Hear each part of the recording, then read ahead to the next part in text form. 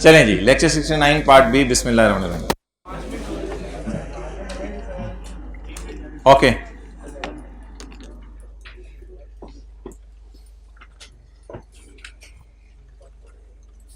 ये वाला कॉन्सेप्ट लेसी का जरा हम रिवाइज करते हैं। क्वेश्चन 12 पेज 131, लेक्चर 69 आपने कंप्लीट सुन लिया है, तो इसकी डिस्कशन हो गई थी सवाल की थोड़ी सी, बाकी हम आप करने लगे हैं।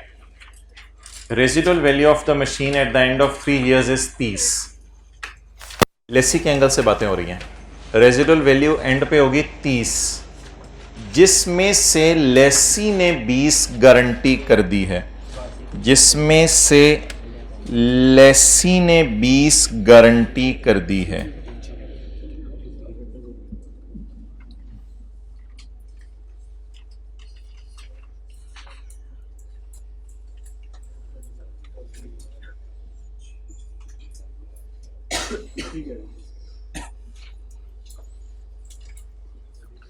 मैंने कहा था ये हमारी किताब का पेज नंबर है 40, निकालने की जरूरत नहीं, वॉल्यूम 1 है ही नहीं आपके पास। मैंने कहा था अगर लेसी खाली गारंटी कर दे 6, उसको जीआरबी ले लीजिएगा।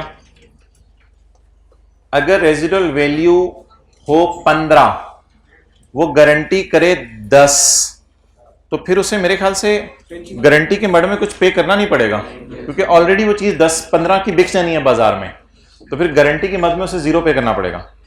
तो ये वाला सिनेरियो बन रहा था।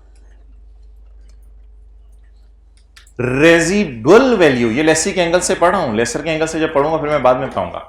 रेजिडुअल वैल्यू लेसी ने समझा है कितनी है? 30। लेसी का अंदाजा है कि मेरी रेजिडुअल वैल्यू 30 है, जिसमें से उस 20 की गारंटी कर दी है। तो इसका मतलब है उसको पता है मैंने चीज को इंशाल्लाह मिसयूज करना ही नहीं, तो 20 की गारंटी तो लेसर की रिक्वेस्ट पे कर दी उसको, वो अब उसने कर दी। लेकिन मुझे बताएं अब ये बाजार में बिक कितने का जाएगा? 30 का। तो फिर लेसी को ये 20 देने की जरूरत पड़ेगी या नहीं पड़ेगी? तो अब जीआरबी हम कितनी लेंगे? 0 लेंगे। अच्छा, समरीज वाला पेज कौन से? 68 60। वो वैसे ही मैं लेसी का सवाल करना है ना, तो लेसी के सवाल के अंदर वो पेज निकाल के रख लेते हैं। चलें जी, how we will start the question. LP, PV of LP. Entries देखें लेसी की क्या क्या है। ROU debit, lease liability, credit. Lease liability में क्या क्या आएगा? डाउन पेमेंट, रेंटल और परचेज ऑप्शन की प्राइस या जीआरबी वगैरह। आईडीसी बिल्कुल अलग चीज है, उसकी अलग एंट्री होगी। प्रोविजन फॉर डीकमीशनिंग की बिल्कुल अलग एंट्री होगी। तो ये 3 एंट्रीज होंगी, आरओयू डेबिट, लीज लायबिलिटी, क्रेडिट। ये पैसे हमने लेसर को देने हुआ करेंगे, ये पैसे हम लॉयर को देंगे, और ये पैसे डी इंस्टॉलेशन के वक्त मजदूरों को देंगे। तो ये तीनों एंट्रीज इकट्ठी भी कर सकते हैं आप मर्ज करके, यानी तीनों को जमा करके आरओयू में डाल दें। ये 3 एंट्रीज अलग अलग कर सकते हैं, अलग अलग कर लेंगे जरा आसान हो जाएगी। ठीक है। अमोर्टाइजेशन शेड्यूल में कौन सी चीजें जाती हैं? अमोर्टाइजेशन शेड्यूल में वो चीजें जाती हैं जो पीवी ऑफ एलपी की कैलकुलेशन में यूज होती हैं। और वो कौन सी चीजें? डाउन पेमेंट, रेंटल और परचेज ऑप्शन। अब इस फॉर्मेट को सामने रखते हुए सवाल करना शुरू करते हैं। एलपी में क्या जाना है? एलपी में जाना है डाउन पेमेंट, रेंटल और परचेज ऑप्शन की प्राइस या जीआरबी। डाउन पेमेंट सवाल में गिवन नहीं है, वो आ गई 0। अच्छा यार, मैं कोई लफ्ज बोल रहा हूं कि एलपी में आईडीसी जानी है, एलपी में डीकमीशनिंग जानी है? नहीं नहीं नहीं नहीं, आईडीसी और डीकमीशनिंग आरओयू की कॉस्ट में जाएंगे। लायबिलिटी में क्या जाना है वो ये सफा बताएगा। डाउन पेमेंट, रेंटल और पीओ। हाँ, रेंटल में मैंने क्या है, नेट ऑफ आईडीसी। कोई लिखना चाहे तो रेंटल में नेट ऑफ आईडीसी। तो शुरू करें जी। डाउन पेमेंट बोले 0, रेंटल ये, जीआरबी 0। अच्छा, अब आप मुझे बता दें डिस्काउंटिंग जो मैंने करनी है 33 की, 38.5 की और 42.4 की। तो इसकी डिस्काउंटिंग करने से पहले अमोर्टाइजेशन शेड्यूल बना लेते हैं ताकि डिस्काउंटिंग करनी आसान हो जाए।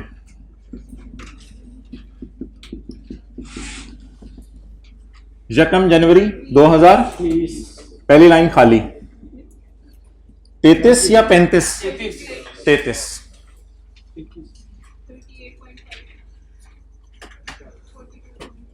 42.4। इसको कितने साल पीछे बुलाना है? 1 साल पीछे बुलाना है? बिल्कुल नहीं, इसको एज इट इज लिख दें। इसको कितने साल पीछे बुलाना है? 1 साल पीछे बुलाने, सिंपल डिस्काउंट करेंगे 38.5 into 1.12 raise to power minus 1। इसको कितने साल पीछे बुलाने? 2 साल जी, into raise to power minus 2 is equal to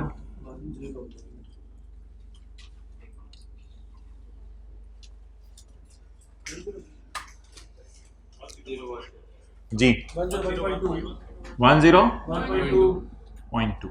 चलें नोट कर लो।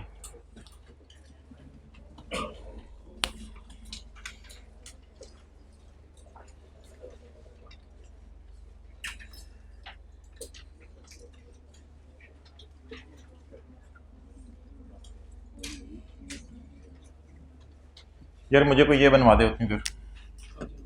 101.2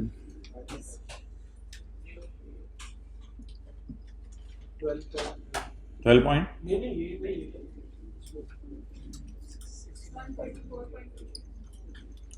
बढ़ कैसे सकता है? 68.2 इंटरेस्ट 8.2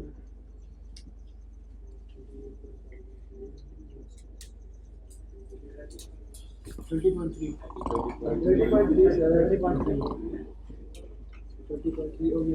7.9 4.5 27.9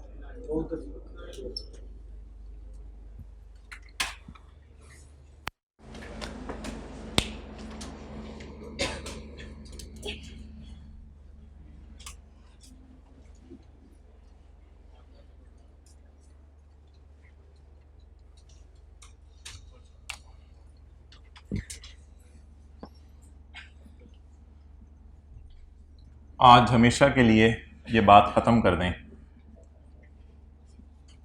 डाउन पेमेंट को लेके जाना है, रेंटल को आईडीसी से नेट करके लेके जाना है, परचेज ऑप्शन को लेके जाना है, जीआरवी यूजीआरवी को लेके जाना है, इंस्टॉलेशन को लेके नहीं जाना, डी इंस्टॉलेशन को लेकर नहीं जाना, आईडीसी को लेकर नहीं जाना। ये चीज़ें पीवी ऑफ एलपी से ताल्लुक नहीं इनका ना, तो बजाय के ये याद करें कि कौन कौन सी यूजीआरवी कहाँ से आ गई लेसी में, बजाय के ये याद करें कि कौन कौन सी चीज़ें नहीं लेके जानी, बस ये याद कर लें कि कौन कौन सी चीज़ें लेके जानी है पीवी ऑफ एलपी में।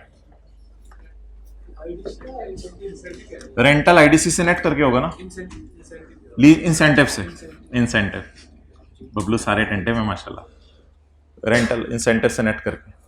अब जरा चेहरों पे तसल्ली आ गई, वो भी कर लेंगे।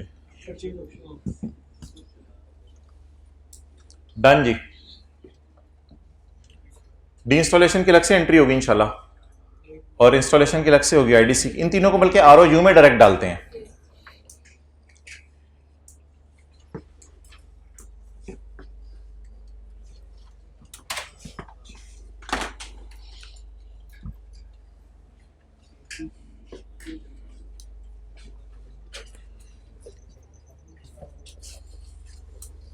चलिए जी, पहले साल की एंट्रीज करवा दें।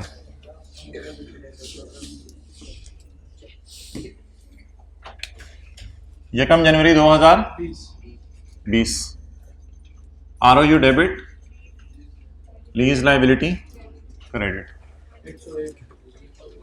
101.2।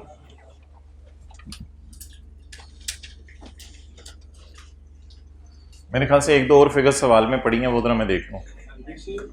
एक दो और फिगर्स सवाल में पड़ी हैं। एक पड़ी हुई है आईडीसी, कितनी? 5 की। इसकी एंट्री बता दें। Lawyer fees, asset debit cash credit, lawyer fees. अच्छा, आपने इसमें इंटरेस्टिंग बात क्या नोट की है? नहीं, ये सारी लेसर को पेमेंट्स है, ये सारी लेसर को पेमेंट्स है। ये इंटरेस्टिंग बात है इसमें। ये लेसर को नहीं देनी, लॉयर को देनी है। ये मजदूरों को देने हैं इंस्टॉल करने के पैसे, डी इंस्टॉल करने के पैसे भी दोनों को देने हैं। ये सारी लेसर, इंसेंटिव भी लेसर से रिलेट करता है। अब तो शायद पक्की बात ज़हन में बैठ गई, इंशाल्लाह भूलेगी भी नहीं। अच्छा जी, आप बताएं भाईजान, अभी तो एसेट की कॉस्ट में चीज़ें डालते रहे हत्ता कि एसेट की जान निकल जाए। ROU डेबिट 5, ये किसकी एंट्री होगी? IDC। एक और चीज़ एसेट की कॉस्ट में डालनी होती है, वो आज मैंने आपको पिछले लेक्चर में बताई है, डिसमेंटलिंग कॉस्ट। अच्छा यार, डिसमेंटलिंग कॉस्ट तो है ना, ये लेसी का एक अपना ही चीज़ है, इससे लेसर का तो ताल्लुक ही नहीं। तो डिसमेंटलिंग को कभी भी लेसर के रेट पे ना कीजिएगा, चाहे सवाल में बताओ कि हमें पता भी है। डिसमेंटलिंग के लिए आपको हमेशा अलग से रेट देगा। तो डिसमेंटलिंग के लिए the discount rate of 12 may be used wherever required but not given. तो इसका डिसमेंटलिंग का रेट फिर इसी के ऊपर डिस्काउंट कर लेंगे। कितने परसेंट पे? 12% पे। अभी थोड़ी देर पहले मैंने एंट्री करवाई है, अगर आप किसी को याद हो। ROU डेबिट ना ना ना ना, ये तो 3 साल बाद पे करनी है, 3 साल बाद पे करनी है। करवाएं जी। 4 इंटू, पहले डिस्काउंट करें फिर डिस्काउंट बाद में खोलेंगे, पहले डिस्काउंट करें तो सही। 4 इंटू 1.2 कितने साल है? 1 2 3 साल की लीज है। तो कितने साल बाद एसेट लेसर को वापस करना होगा? 3 साल बाद डी इंस्टॉल करके। Raise to power minus 2.8। Done हो गया। ये एंट्री सिर्फ नहीं है बस आज, और इंसेंटिव रिवाइज हो गया। बस आगे खत्म करें। किस पहली एंट्री वो पेमेंट की करा दें। लीज लायबिलिटी डेबिट, नहीं इंटरेस्ट ना करें ना, क्योंकि लीज लायबिलिटी डेबिट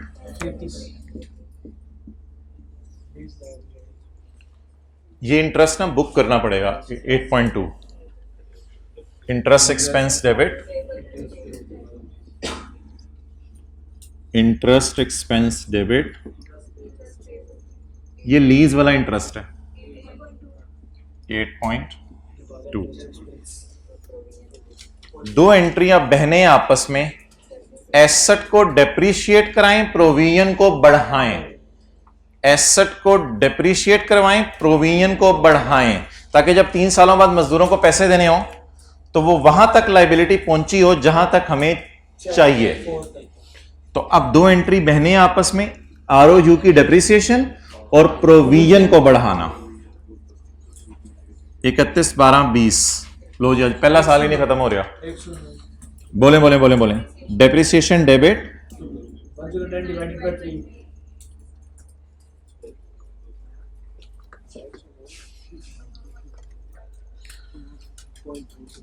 अगर ओनरशिप ट्रांसफर हो जानी है तो फिर डेप्रीशिएट करें यूजफुल लाइफ पे, और अगर ओनरशिप ट्रांसफर नहीं होनी तो फिर शॉर्टर पे डेप्रीशिएट करें। और अगर सवाल साइलेंट है तो एज्यूम करें कि एंड पे ट्रांसफर नहीं होना, इसलिए शॉर्टर पे डेप्रीशिएट कर दें। बल्कि लाइफ तो शायद अभी तक सवाल में मेरे ख्याल से गिवन ही नहीं है, तो फिर मजबूरन 3 साल के ऊपर ही करेंगे। यार ROU निकालनी पड़ेगी, ROU निकालनी पड़ेगी। 101.2 10 एग्जैक्ट। ये फैक्टर कितने साल की डेप्शन दे देगा? 1 साल की। ये फैक्टर कितने साल की डेप्शन दे देगा? 1 साल की। हमें चाहिए भी 1 साल की। 36.3।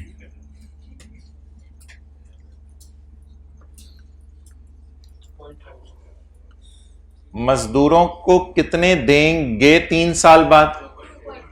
2.8 नहीं 4। तो 2.8 पे अगर ये लायबिलिटी नजर आती रही तो ये तो एक गड़बड़ है। इसकी जो अलग से एक एंट्री कोई कर लें। 31/12/20। जी बोलें। इंटरेस्ट एक्सपेंस डेबिट, ये डेबिशन और इंटरेस्ट बहने आपस में साथ साथ एंट्री हुआ करेगी। प्रोविजन बैंक लोन टाइप कोई चीज है, बस इस पे इंटरेस्ट बुक कर लें। 2.8 इंटू 12%, 0.3।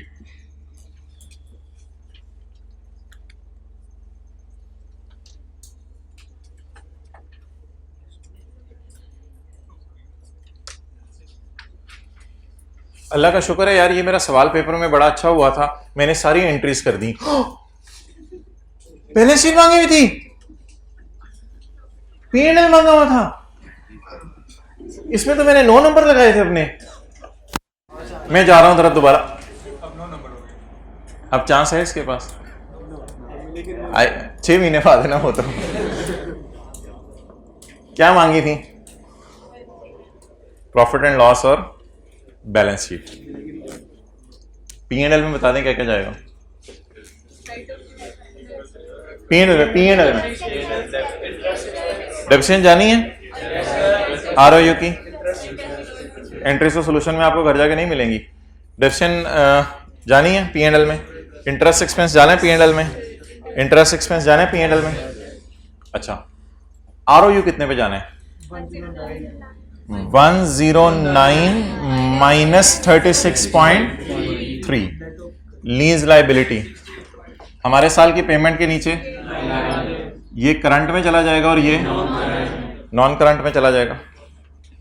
एक नई चीज वो मैं आपको बैलेंस शीट में शो कर दूं, वो है प्रोविजन। प्रोविजन क्रिएट कितने पे हुई? 2.5 ग्रो कितने से हुई?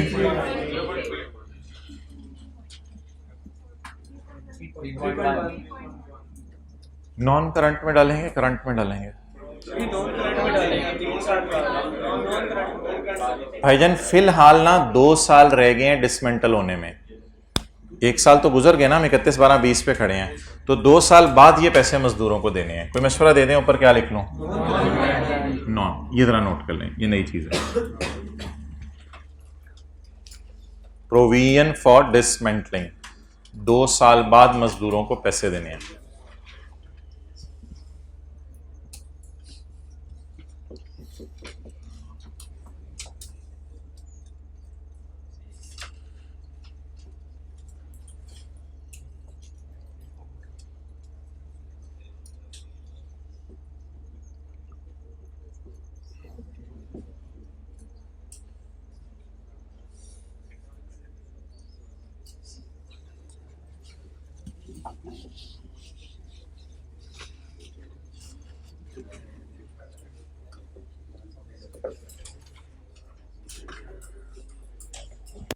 इधर आ जाएं।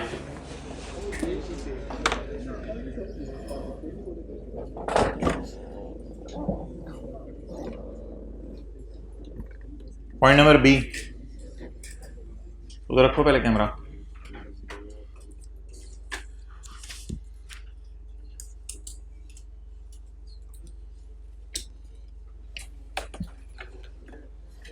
अच्छा, इसका कौन सा नोट बनेगा? लेसी का अगर नोट मांग ले, लेसी का अगर नोट मांग ले तो कौन सा बनेगा? ROU का।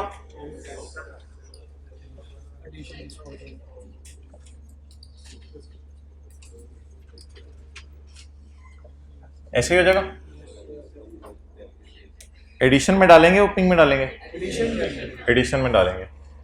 और अकामुलेटेड डेप्रिसिएशन और डेप्रिसिएशन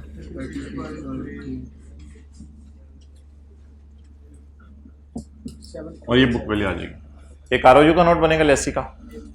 यार उधर से देखें ना, ऐसी लेसी का नोट इधर से देखें। General description maturity analysis ROU का note just like IAS 16। General description maturity analysis reconciliation नहीं बनती इसमें, तो हमारे साल की पेमेंट के नीचे लाइन लगा देंगे। ये लेस देन 1 ईयर, ये 1 2, ये लीज का नोट बन जाएगा। तो ये पेजेस को ना जरा यूज करना सीखें। Next, using the information given in part a above, prepare the note in the balance sheet of lessor for 31/20। 31/20 का लेसर का नोट मांगा है। अच्छा, मुझे ये बता दें कि ये लीज फाइनेंस है या ऑपरेटिंग है? लेसर के एंगल से,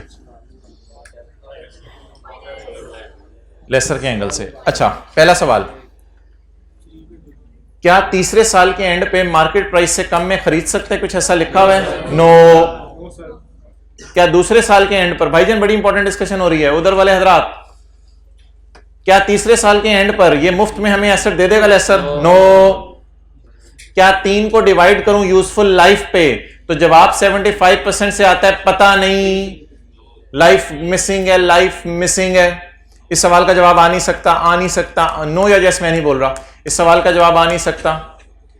चौथी चीज, फेयर वैल्यू सवाल में गिवन नहीं है कि मैं पीवीज को डिवाइड करूं फेयर वैल्यू से, पीवीज पकड़ूं मैं फेयर वैल्यू से डिवाइड करूं। सवाल वाला निहायत शहजादा था, ना इसने फेयर वैल्यू दी ना इसने लाइफ दी। इस चौथे सवाल का जवाब भी नहीं पता रहा। पांचवा सवाल क्या, एसेट स्पेशल नेचर का है, कोई नहीं सवाल में लिखा हुआ। अब 3 सवालों का जवाब नो आया और चौथा और पांचवा लग नहीं सकता, क्या करें? It is the worst question in ICAP history which came, ये मार्च 2021 वालों के साथ हुआ था। कोई मिले ना सड़क में मार्च 21 वाला, उससे पूछेगा लीज के दूसरे सवाल में तूने ऑपरेटिंग लीज वाला नोट बनाया था, फाइनेंस लीज वाला नोट बनाया था। आधे बच्चे फाइनेंस लीज वाला नोट बना के आए थे तकरीबन, इधर जो मुझे मिले, हो सकते हैं मुझे मिले ही वो। अच्छा, आधे बच्चे फाइनेंस लीज वाला नोट बना के आए थे, आधे ऑपरेटिंग वाला नोट बना के थे। अल्लाह का शुक्र है पास दोनों हो गए थे। और ICAP को जब कमेंट्स दिए हमने तो ICAP ने भी अब तौबा कर लिया कि ऐसा सवाल मैं आइंदा इंशाल्लाह नहीं डालूंगा। और मार्च 2021 होगी, उसके बाद 3 अटैम्प्ट्स आ गए हैं, ICAP ने तौबा कर लिया, ऐसा अजीब सवाल नहीं डाल ली जिसमें पता ही ना चले लीज फाइनेंस है या ऑपरेटिंग है। बहरहाल ICAP ने अपने सोल्यूशन में इसको फाइनेंस लीज लिया हुआ है, मैं भी इसको फाइनेंस लीज लेके चल रहा हूँ। मुझे तो कुछ समझ नहीं आई थी बात की। ICAP ने एक थोड़ा सा अजीब सा जवाब दिया था, रिकॉर्डिंग हो रहा है, यूट्यूब पे भी जानी है। तो ICAP को मैंने ये ईमेल की तो ICAP ने कहा आमतौर पे चीज़ों की लाइफ, कोई मशीनों की लाइफ 3 साल 4 साल ही होती है, ज़्यादा होती नहीं, तो इसलिए लाइफ टोटल 3-4 साल ही होती है। टेक्नोलॉजी इतनी तेज़ी से दुनिया में चेंज हो रही है तो लाइफ शायद 3-4 साल ही हो, तो 100% लाइफ का तकरीबन आप इंजॉय कर रहे थे, तो इसलिए ये फाइनेंस लीज थी। तो ये कोई ऐसा जवाब आपसे शेयर भी करते हुए मुझे शर्म सी आ रही है। तो लेकिन उसके बाद ऑब्वियसली ICAP ने अपने आप को जस्टिफाई तो कर लिया ये जवाब देके, लेकिन बाद में इस हरकत से उसने तौबा कर ली। लेकिन अगेन आई से फाइनेंस और ऑपरेटिंग दोनों वाले बच्चे कहते हैं हम पास होके आए हैं। ये नहीं पता इस सवाल की बेस पे हुए या किसी और की बेस पे हुए हैं। अच्छा, फिलहाल इसको फाइनेंस लीज समझ के मैं सॉल्व करने लगा हूँ। फाइनेंस लीज की रिवीजन, फाइनेंस लीज का सवाल कैसे शुरू होने, ये है ना, ये शुरू कहां से होने, GI और NI से। GI is down payment plus rental plus purchase option. If ownership will not transfer, GI is equal to down payment plus rental plus GRV plus UGRV, ये चीजें जमा करेंगे। अच्छा भाई मेरे, ये अंग्रेजी का फिक्रा, अब आप पूरा सवाल मैं पढ़ूंगा लेसर के एंगल से। अब आपने देखना है लेसर के एंगल से कैसे चीज़ों को लेके चलना है। On 1 January Dettol acquired a machine, तो लेसर ने मशीन दी होगी, उसने 3 साल के लिए लीज पे लिया है, तो लेसर ने 3 साल के लिए लीज पे दी होगी। पहला किराया अगर उसने 35 पे करना है तो उसको मिलेगा। हर साल अगर किराया बढ़ना है तो लेसर को बढ़ा हुआ मिलेगा। जहां पे कोई चेंज आई मैं खुद बताऊंगा, अभी तक सवाल उसी तरह चल रहा है। लेसी ने 5 रुपए अपने लॉयर दिए, ये एंट्री लेसर की बुक्स में नहीं करेंगे, ये तो लेसी का अपना खर्च है, ROU में तेरा अपना मामला है। अगर सवाल में दिया होता ना लेसर ने अपने लॉयर को पैसे दिए हैं, वो फिर लेसर की IDC इस जनरल एंट्री में आती है, उधर जनरल एंट्री देख लें। लेसी ने पे किए, लेसर ने पे किए, लेसी ने पे किए, तो लेसर के लिए इसको आपने दोबारा नहीं डाल देना। लेसर के सवाल में पैसे गए ही बेचारे लेसी के हैं। इस लाइन को मैंने काट दिया ताकि मेरा सवाल किसका बनता जा रहा है, लेसर का। As an incentive to deal, lessor ने कहा तुझे 2 रुपए छोड़ूंगा, इसका मतलब है लेसर 35 की बजाय 33 लेगा, तो इस बात को लिखा रहने दें। लेसर को अपना रेट पता होगा, ये ना कहिएगा लेसर को अपना भी नहीं पता, और लेसी को नहीं पता। तो लेस और लेसर हमेशा यूज भी इम्प्लिसिटी करता है, इसमें हमने कोई एक्सेप्शन भी नहीं डाली थी। लेसर यूज भी इम्प्लिसिटी करता है। हाँ, वो मैन्युफैक्चरर डीलर के केस में हायर ऑफ करता है कुछ, लेकिन इधर तो लेसर इम्प्लिसिट रेट यूज करता है, इसलिए लेसर को अपना रेट, अगर अपना ही रेट ना पता हो तो लेसर को अपना रेट पता होगा। ओके, आगे चलें, आगे चलें। यार ये जो सवाल है ना, इसको अब आप देखें। The residual value is estimated at 30, out of which lessee has guaranteed 20। Lessor के एंगल से मैंने कहा था इसको ऐसे सोचा करें, the residual value is 30 out of which lessee has guaranteed 20, so the remaining is unguaranteed. Note करें, लेसर के एंगल से इसको ऐसे पढ़ते हैं, सो रिमेनिंग इज अनगारंटेड। वो पहले किसके एंगल से पढ़े थे? लेसी के एंगल से। The residual value is 30, lessor के जूते पहन के सोचें, रेजिडुअल वैल्यू 30 है, उसमें से 20 लेसी दे देगा तो बाकी किसी कहीं और से आ जाएंगे, फिर ऐसे को बाजार बेच के।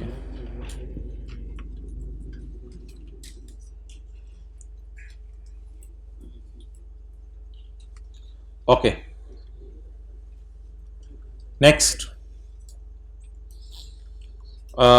ये जो मजदूरों को पैसे देने हैं डी इंस्टॉलेशन के, ये किसने देने होंगे? डीएल इज ऑब्लाइज्ड टू, या डीएल मजदूरों की तरफ लायबल है? डीएल मजदूरों की तरफ लायबल है ना, डीएल लेसी मजदूरों की तरफ लायबल है ना, तो लेसी लेसर का आपस का कोई रिश्ता नहीं है। ये इसको भी क्या कर दें? काट दें। इस डिस्काउंट रेट को यूज करने की जरूरत नहीं, लेसर के लिए एक ही डिस्काउंट रेट है, वो ऊपर अवेलेबल है। अब ये हमारा डाटा हो गया सवाल का। अब हम शुरू करते हैं डाउन पेमेंट, रेंटल और परचेज ऑप्शन, बल्कि down payment, rental, GRV, UGRV. GI down payment, बल्कि जीआई को छोड़ें, एनआई। एनआई क्या होती है? PV of LP plus PV of UGRV. जी 33 38.5 प्लस, इनको डिस्काउंट करना है यार, साथ साथ पीवी करनी है, तो 33 इंटू लीज पेमेंट में क्या क्या आता है? डाउन पेमेंट, रेंटल और जीआरवी। अच्छा जी, down payment 0, rentals blue marker से मैं कर लेता हूं, लेकिन डिस्काउंट रेट कितना लगाना है? 11%। 33 इंटू 1 पॉइंट, इसका एडवांस है 33 plus 38.5 into 1.11 raise to power -1 raise to power -2 into 1.11 raise to power -2। ये क्या हो गए? रेंटल। जीआरवी यार अलग अलग जो है ना, मैन्युफैक्चरर डीलर लेसर में लिखा करें, इधर अलग अलग वैसे लिखने की जरूरत नहीं होती, कोई पीवी ऑफ यूजीआरवी अलग अलग लिखने की जरूरत नहीं होती, मैन्युफैक्चरर डीलर लेसर में अलग अलग जरूरत होती है। GRV 20 into 1.11 raise to power -3 3 सालों बाद, क्योंकि जीआरवी, यूजीआरवी और परचेज ऑप्शन हमेशा लीज टर्म के एंड पे आएगी, और UGRV 30 into 10 into 1.11 raise to power -3 124। ये 20 और 10 कहां से आया?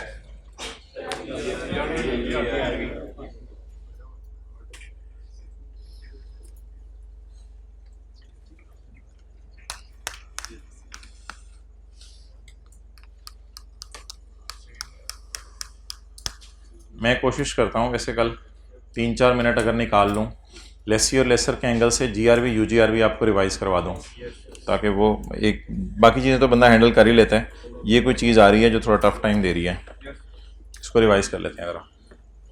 चलें जी, अलग से कोई रेंटल तो आप कर ही लेंगे, डिस्काउंट रेंटल भी कर लेंगे, जीआरवी यूजीआरवी में कोई गलत फिगर लिख देगा, क्या होगा? सिर्फ उतने से पोर्शन के मार्क्स कट जाएंगे। ये आ गई आपकी एनआई। अच्छा यार मैंने इसकी जनरल एंट्रीज कर रहा हूँ, लेकिन इसकी जनरल एंट्रीज जो है ना मैं कर नहीं सकता, लेकिन आपके रिवीजन के लिए मैं करने लगा हूँ इसकी जनरल एंट्रीज।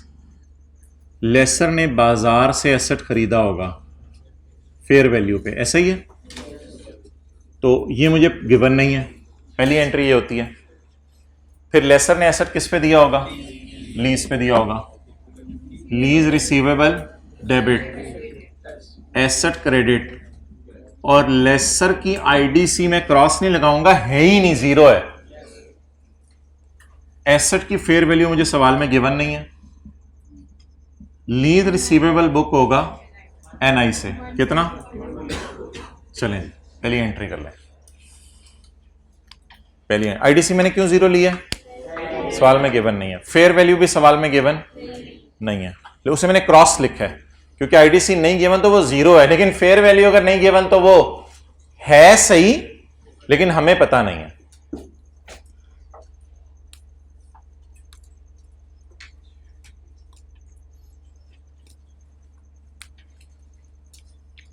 अच्छा, जो इसका अमोर्टाइजेशन शेड्यूल बनेगा 124 से शुरू होगा ना, और एंटायरली डिफरेंट इसका अमोर्टाइजेशन शेड्यूल होगा।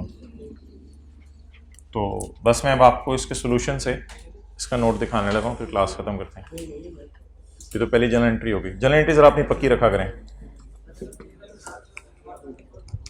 यार। वैसे आपकी बात ना बिल्कुल ठीक है, क्योंकि ना आईडीसी 0 है, इसलिए आप रिवर्स वर्किंग कर सकते हो। ये 124 होगी, ये भी 124 होगी, ये भी 124 होगी, और बिल्कुल मुझे इस बात पे एतराज नहीं है आपकी। तो हाँ, लीज रिसीवेबल एनआई क्यों आई, मैं तो कुछ भी नहीं समझाऊंगा आपको, मैं तो बस ये सफा दिखाऊंगा आपको।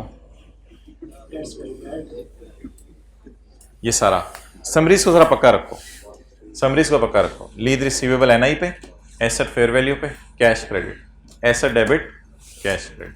ये इंशाल्लाह जब आप आखिरी दिनों में रिवीजन करते हैं ना, तो ये चीज़ें ज़्यादा पक्की हो जाती हैं। मैं इसीलिए भी साथ साथ दिखा के कर रहा हूँ ताकि अगर भूली में तो याद आ जाए। अच्छा जी, अब इसने क्या मांगा है सवाल में? नोट मांगा है।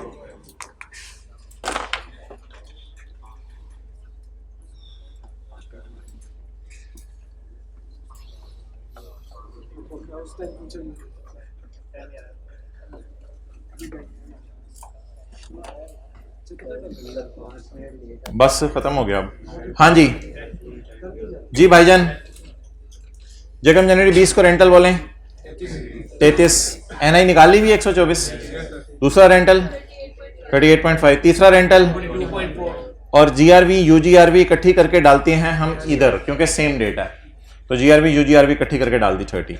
लेकिन याद रखिएगा इसमें जीआरवी कितनी है और यूजीआरवी कितनी है, वो अलग से याद रखिएगा। ये क्या है और ये यूजीआरवी। ये करने के बाद हमारे साल की पेमेंट के नीचे, ला सबर सबर सबर, हमारे साल की पेमेंट के नीचे लेस देन 1 ईयर, 1 to 2, लेकिन